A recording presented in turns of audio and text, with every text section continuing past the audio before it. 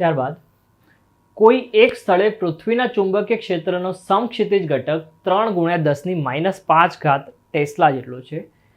આ ક્ષેત્રની દિશા ભૌગોલિક દક્ષિણથી ભૌગોલિક ઉત્તરની દિશામાં છે.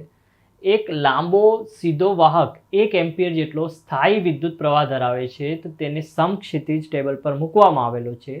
તેમાંથી પસાર થતા વિદ્યુત પ્રવાહની દિશા કઈ છે? તો પૂર્વથી પશ્ચિમ દિશામાં, ફરીથી દક્ષિણથી ઉત્તર દિશામાં, એટલે કે 2 કેસ આપવામાં આવેલા છે. તો ત્યારે એકમ લંબાઈ દીઠ તેના પર લાગતું બળ, એટલે કે देखो ડેટા શું શું છે? તો આપણી પાસે એક કરંટ છે, એક એની ચુંબકીય ક્ષેત્રની વેલ્યુ આપેલી છે, એક વિદ્યુત પ્રવાહની વેલ્યુ આપેલી છે અને એક દિશા આપેલી છે. કોની? તો વિદ્યુત પ્રવાહની. તો વિદ્યુત પ્રવાહ જે છે અને બી જે છે, તો એનાથી આપણને શું મળી શકે? તો બળ, એટલે કે F = BIL લખીએ છીએ.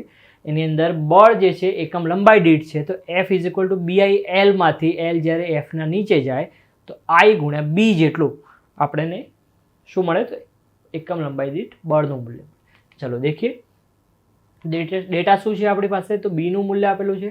F આપણે A અને B બંને કેસ માટે શોધવાનું થાય. તો Fનું મૂલ્ય IL × B, L નીચે જતો રહેશે, એટલે કે F/L એ શું હશે? એકમ લંબાઈ દીઠ બળ. તો હવે સ્મોલ f ની જગ્યાએ આપણે શું લખી શકીએ? IB sin θ લખી શકીએ.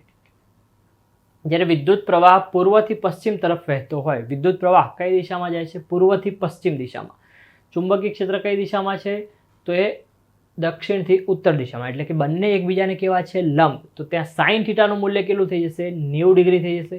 sin θ 90 ડિગ્રી, તો IB sin 1, તો આ મૂલ્ય કેટલું આવશે? તો આ જે જવાબ આવશે કેટલો હશે આપણી પાસે? 3 × 10⁵ Nm/m.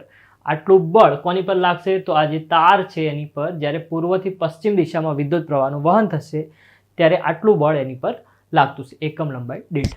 હવે એ જ રીતે જ્યારે દક્ષિણથી ઉત્તર તરફ જતો હોય પ્રવાહ અને ચુંબકીય ક્ષેત્ર પણ દક્ષિણથી ઉત્તર તરફ છે, તો બંને કેવા થઈ જાય? સમાંતર. એટલે sin θ બંને વચ્ચેનો ખૂણો કેટલો થઈ જાય? 0 ડિગ્રી.